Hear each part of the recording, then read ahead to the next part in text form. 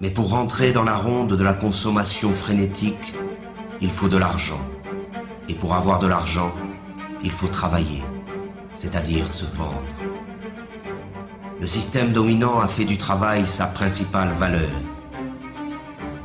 Et les esclaves doivent travailler toujours plus pour payer à crédit leur vie misérable. Ils s'épuisent dans le travail, perdent la plus grande part de leur force vitale et subissent les pires humiliations. Ils passent toute leur vie à une activité fatigante et ennuyeuse pour le profit de quelques-uns. L'invention du chômage moderne est là pour les effrayer et les faire remercier sans cesse le pouvoir de se montrer généreux avec eux. Que pourraient-ils bien faire sans cette torture qu'est le travail? Et ce sont ces activités aliénantes que l'on présente comme une libération. Quelle déchéance et quelle misère!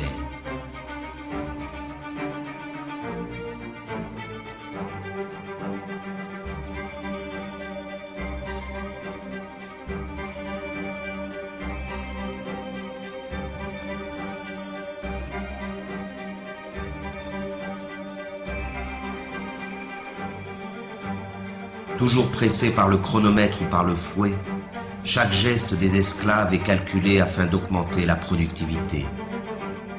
L'organisation scientifique du travail constitue l'essence même de la dépossession des travailleurs, à la fois du fruit de leur travail, mais aussi du temps qu'ils passent à la production automatique des marchandises ou des services.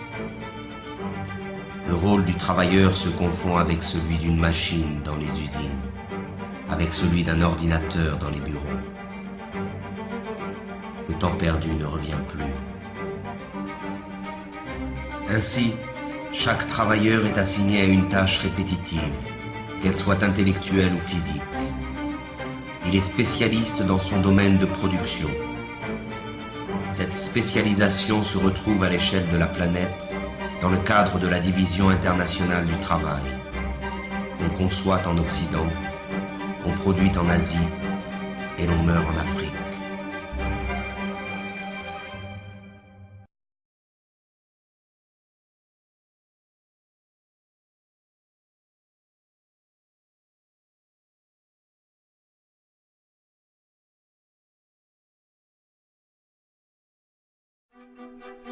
L'esclave moderne aurait pu se contenter de sa servitude au travail. Mais à mesure que le système de production colonise tous les secteurs de la vie, le dominé perd son temps dans les loisirs, les divertissements et les vacances organisées.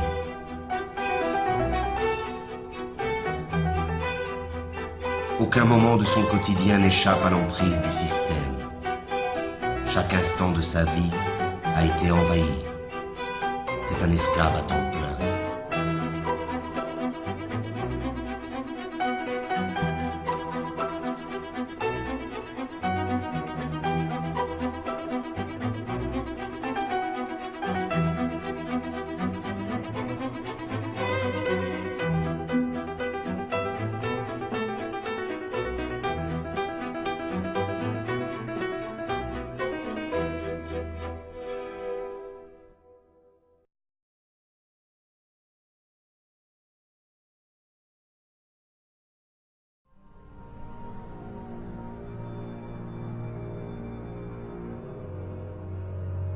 La dégradation généralisée de son environnement, de l'air qu'il respire et de la nourriture qu'il consomme, le stress de ses conditions de travail et de l'ensemble de sa vie sociale sont à l'origine des nouvelles maladies de l'esclave moderne. Il est malade de sa condition servile et aucune médecine ne pourra jamais remédier à ce mal. Seule la libération la plus complète de la condition dans laquelle il se trouve enfermé peut permettre à l'esclave moderne de se libérer de ses souffrances.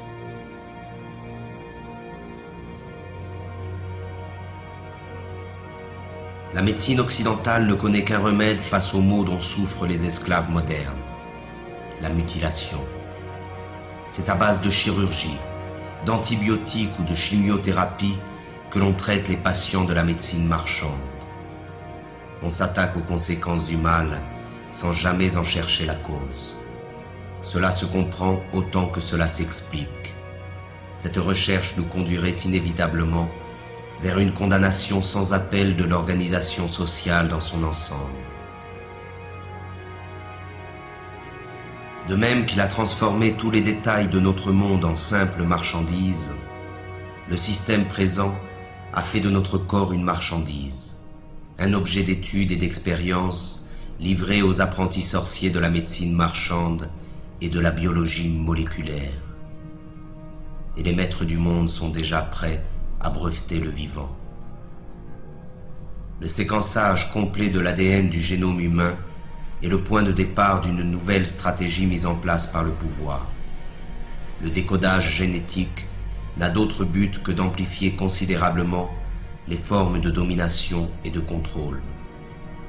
Notre corps, lui aussi, après tant d'autres choses, nous a échappé.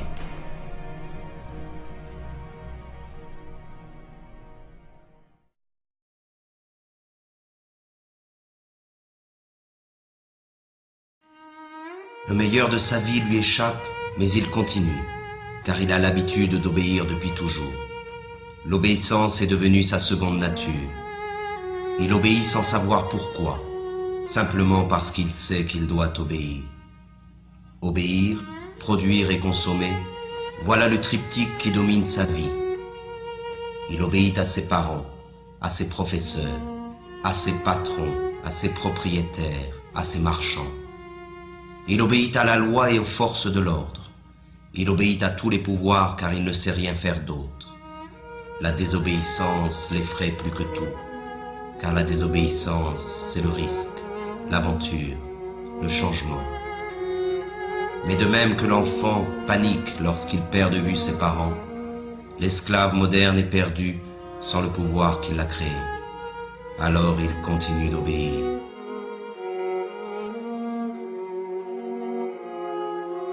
C'est la peur qui a fait de nous des esclaves et qui nous maintient dans cette condition. Nous nous courbons devant les maîtres du monde et leur police. Nous acceptons cette vie d'humiliation et de misère par crainte.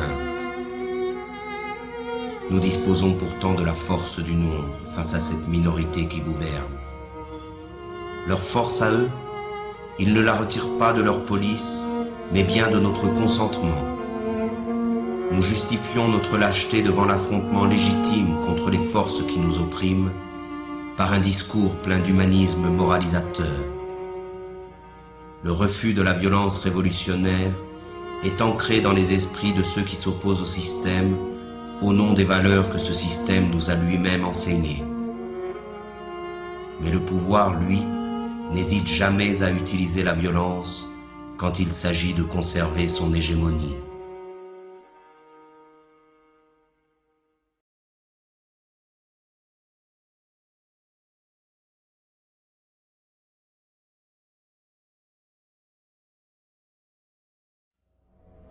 Pourtant, il y a encore des individus qui échappent au contrôle des consciences, mais ils sont sous surveillance.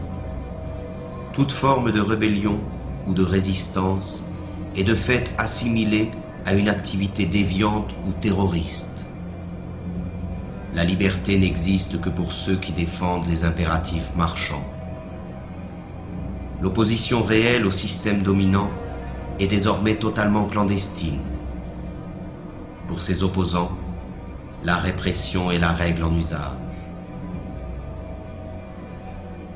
Et le silence de la majorité des esclaves face à cette répression trouve sa justification dans l'aspiration médiatique et politique à nier le conflit qui existe dans la société réelle.